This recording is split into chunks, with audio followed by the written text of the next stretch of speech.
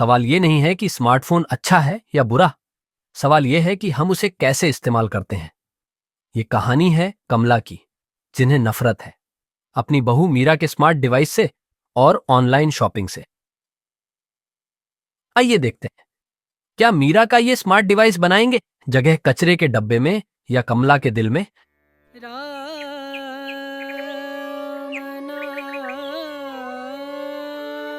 नाम भजले राम नाम सुख धाम भजले एलेक्सा, सुबह के भजन चलाओ। हे भगवान, फिर शुरू हो गया ये डिब्बा चिल्लाना। न पूजा का एहसास, न अगरबत्ती की खुशबू, न शांति। बस बटन दबाओ और हो गई पूजा। गुड मॉर्निंग माँ जी। इससे थोड़ा मन शांत रहता है और काम भी जल्दी हो जाता है। देखिए, चाय का टाइमर लगा दिया, अब जलेगी नहीं।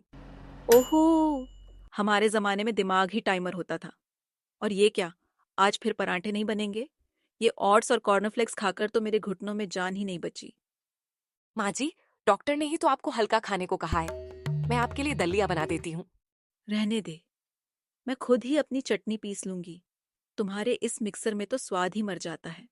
रोज सुबह का महाभारत। मैं तो चला ऑफिस।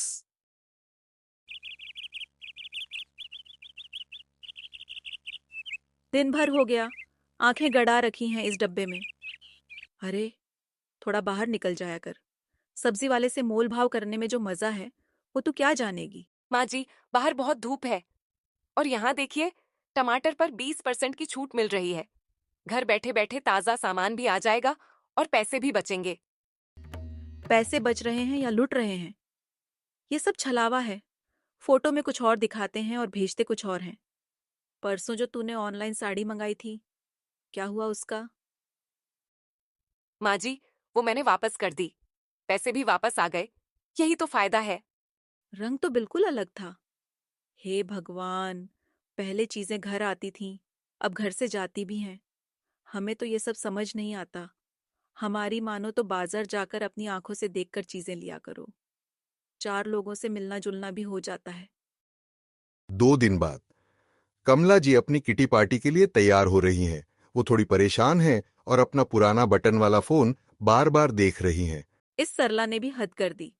आखिरी समय पर कह रही है कि पता बदल गया है और उसने लोकेशन व्हाट्सएप पर भेजी है। अब मैं इस लोकेशन को कहाँ ढूंढूं इसमें?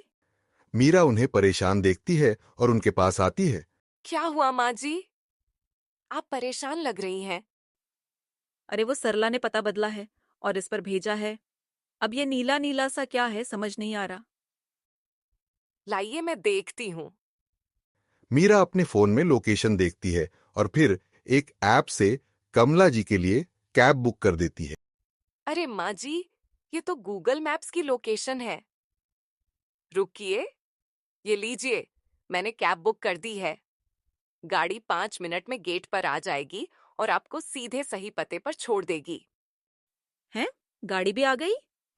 अच्छा ठीक है। पर अगली बार से मैं सरला को बोल दूंगी, ये सब तिकड़म न किया करे, सीधा फोन करके बताए।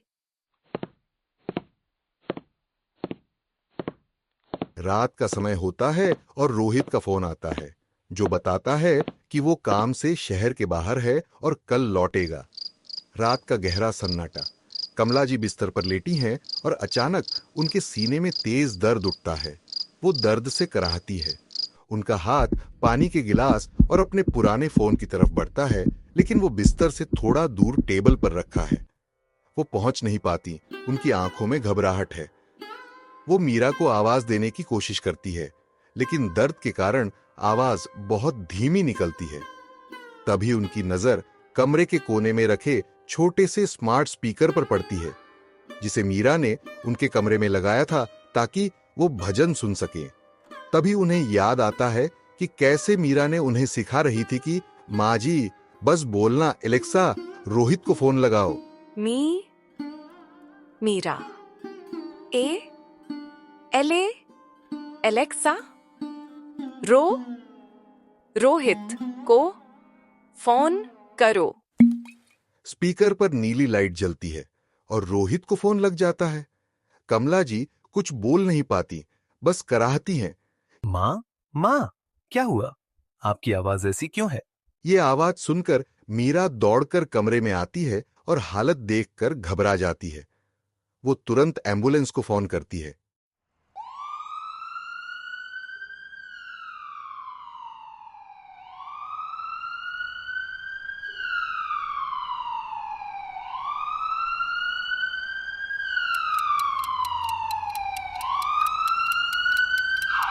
घबराने की कोई बात नहीं है। आप लोगों ने बिल्कुल सही समय पर इन्हें यहां पहुंचाया। थोड़ी देर और हो जाती तो मुश्किल हो सकती थी। बहू, आज अगर तू और तेरा वो चिल्लाने वाला डिब्बा ना होता तो आज मैं भी ना होती। मैं तो पुरानी सोच लेकर बैठी रही, हमेशा तुझे और तेरी चीजों को कोसती रही, पर तूने कभी पलटकर जवाब नहीं दिया। आप ऐसा मत कहिए माँ जी, आप बस जल्दी से ठीक हो जाइए। हमेशा परिवार का भला ही सोचा। मुझे माफ कर दे बेटा। अरे नहीं माँ जी, आप माफी मत मांगिए। आप हमारी बड़ी हैं। बस अब आप आराम कीजिए। घर चलिए, फिर मैं आपको अपने नए स्मार्टफोन पर वीडियो कॉल करना सिखाऊंगी। आप दूर बैठे रिश्तेदारों से रोज बात कर सकेंगी। हाँ हाँ, जरूर सिखाना।